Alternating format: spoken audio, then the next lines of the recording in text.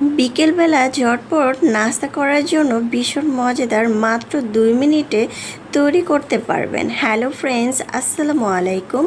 আজকের রেসিপিতে স্বাগতম জানাচ্ছি। দেখতে পাচ্ছেন 3 পিস পাউরুটি সকালবেলা নাস্তা করার পরে বেঁচে গিয়েছিল, তাই এটা দিয়ে বিকেলবেলা নাস্তা তৈরি করে ফেললাম। প্রথমে 3 পিস রুটিকে একটু ভিজিয়ে পানিটাকে চিপে ফেলে দিব। তারপরে আমি এটাকে খুব হাত দিয়ে মেখে নিব।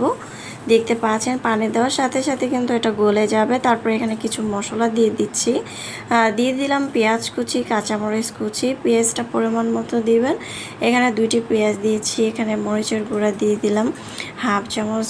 তারপরে ধনিয়া জিরার গুঁড়া 1/2 চামচ দিয়েছি। সামান্য একটু হলুদ গুঁড়া এখানে অ্যাড করতে পারেন।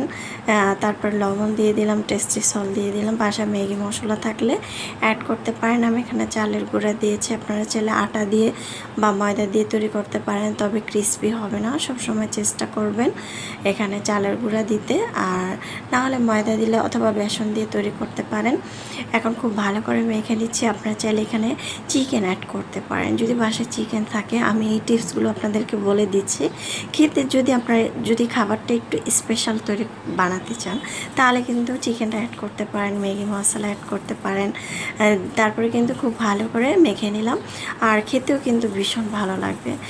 আগে থেকে তেল গরম করে নিলাম একটি প্যানের মধ্যে, পর্যাপ্ত পরিমাণ তেলটা গরম করার পরে এক এক করে ছেড়ে দিচ্ছি। আমি কিন্তু কোনো সুন্দরভাবে দিচ্ছি না, ছোট ছোট করে দিয়ে দিচ্ছি।